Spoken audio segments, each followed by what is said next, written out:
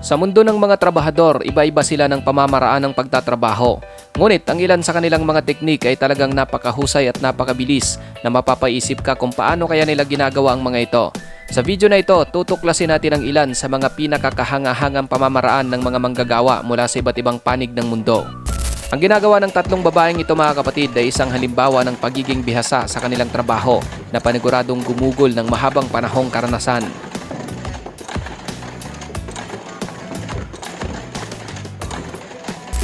Ang teknik na ito ay tinatawag na team forging, kung saan salit-salitang hinahampas ng mga strikers ang isang bagay gamit ang maso sa eksaktong tiyempo. Dahil sa kanilang koordinasyon at rhythm, bawat hampas ay tumatama sa tamang lugar nang hindi sila nagkakabanggaan o nagkakamali.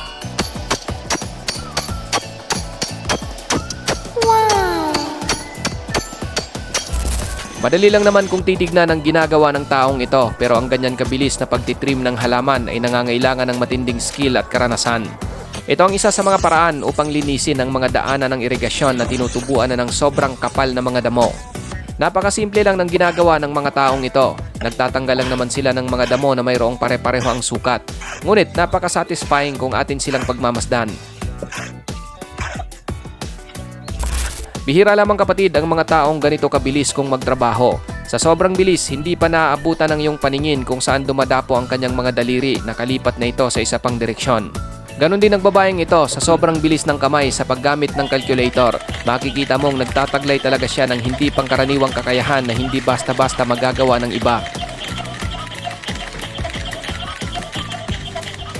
Hindi na kailangan ng crane upang iangat ang isang backhoe na ito para makarating sa itaas na bahagi ng site. Sapat na ang kakayahan at lakas ng loob ng dalawa pang backhoe operator para magawa ng paraan.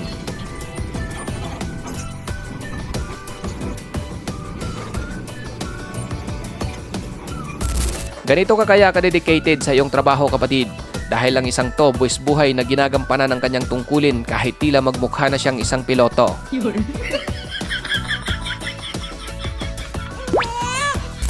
Makikita naman sa clip na ito kung gaano kabihasa ang operator sa kanyang unit. Pero gayon pa man, kailangan pa rin siyempre ng matinding pag-iingat nang sa gayon ay maiwasan ng disgrasya at pagkasira ng equipment.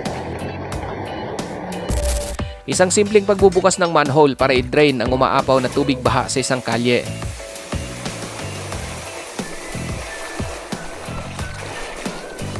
Napaka-epektibong pamamaraan ang ipinapakita ng lalaking ito. Dahil dyan, malaking oras ang kanyang matitipid dahil hindi niya kailangang gumamit ng hagdan para mag-akyat baba, maabot lang ang kisaming kanyang ginagawa.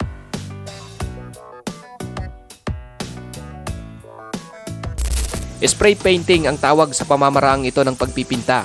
Gumagamit ito ng hangin para ibuga ang pintura. Ito ang pinakamabilis para sa malalaking dingding o labas ng bahay. Bukod pa riyan, ang paggamit nito ay pantay ang kulay at talagang abot hanggang sa kasuluk-sulukan ng pintura.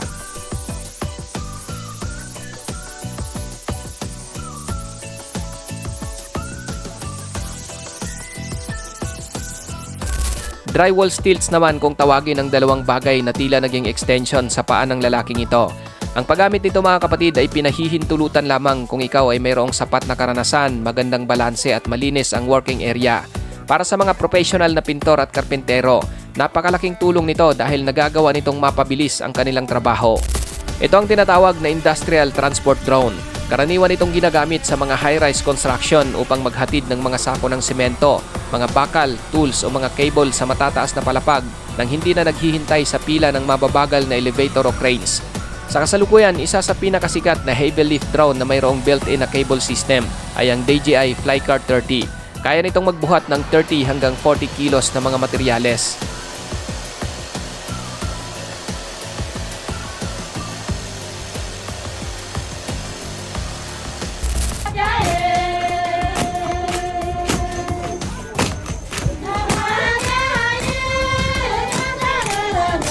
Ang sabay-sabay na pag-awit ng mga babaeng ito habang ginagawa ang tinatawag na road tamping o manual road compaction ay isang matagal ng tradisyon sa ilang komunidad sa Tibet.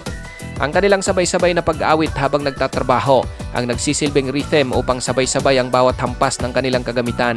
Nakakatulong din ito upang mabawasan ang pagod at mapanatili ang pagkakaisa ng buong grupo. Manual hoisting ang teknik na ginagamit dito. Isinasabit ang yero sa isang steel hook na nakakabit sa lubid. saka ito hinihila pataas habang dumudula sa dalawang kahoy na nagsisilbing gabay o guide rails. Isa itong simple ngunit epektibong paraan ng pag-akyat ng mga materyales sa bubong, lalo na sa maliliit na construction site. Ang teknik na ito ay kilala bilang bucket brigade o human chain. Sa halip na gumamit ng makinarya, magkakasunod na nakapwesto ang mga manggagawa at pasa-pasa nilang inaabot ang mga timba ng semento hanggang makarating sa itaas. Tipid sa oras at lakas ang pamamaraang ito dahil hindi na kailangang paulit-ulit na umakyat at bumaba ang bawat manggagawa. Ang paraan namang ito ay tinatawag na shovel relay, isang uri ng human chain material handling. Sa halip na gumamit ng conveyor o crane, bawat manggagawa ay may nakatakdang pwesto. Ipapala nila ang buhangin sa susunod na manggagawa na siya namang maghahagis nito sa kasunod na palapag hanggang makarating sa lugar na kailangan. Dahil sa eksaktong tiyempo at koordinasyon, tuloy-tuloy ang paglipat ng buhangin kahit walang mabibigat na makinarya.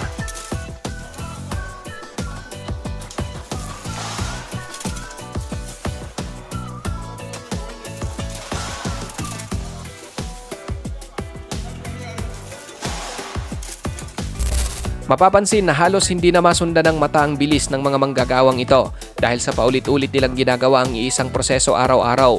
Nade-develop ang tinatawag na muscle memory o kakayahan ng katawan na kumilos ng halos otomatiko. Idagdag pa rito ang mahigpit na pagsasanay kaya nagagawa nilang maghinang o magtrabaho ng napakabilis at may mataas na antas ng precision.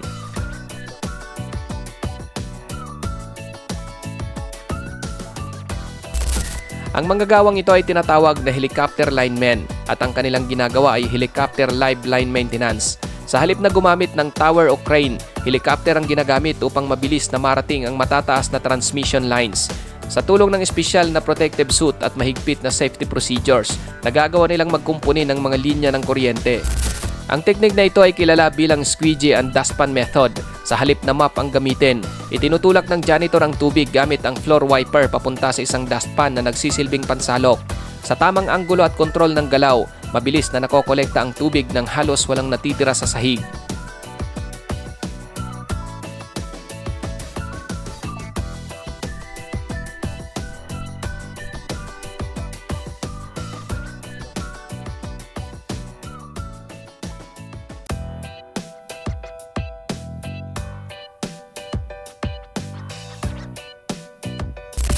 Ang teknik na ito ay tinatawag na controlled demolition. Sa halip na gumamit ng mabibigat na makinarya, unti-unting binabasag ang pinakabase ng poste gamit ang maso upang pahinay ng pundasyon nito. Kapag sapat na ang nabawas na suporta, kusa itong bumabagsak sa kontroladong direksyon dahil sa sarili nitong bigat. Ito naman ang tinatawag na controlled progressive demolition.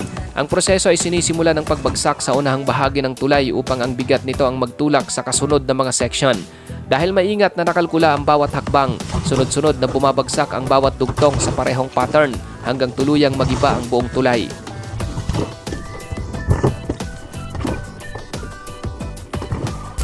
Ang ginagawa ng dalawang ito ay tinatawag na expansion joint cutting. Gamit ang cutter, gumagawa sila ng tuwid na hiwa sa pagitan ng mga brick o marmol upang magkaroon ng tamang pagitan ng mga ito at makatulong na maiwasan ang pagbitak. Samantala, ang paggamit ng wheelbarrow bilang pansamantalang sasakyan ay isang uri ng malikhaing paraan upang mapanatiling pantay at tuloy-tuloy ang kanilang pagputol. Ang machine naman ito kapatid ay tinatawag na material handler o scrap handler. Espesyal itong idinisenyo para sa vehicle dismantling o paghiwa-hiwalay sa mga lumang sasakyan. Isa-isa nitong inaalis at pinagbubukod ang salamin, makina, upuan at iba pang piyasa bago tuluyang i-recycle ang natitirang katawan ng sasakyan.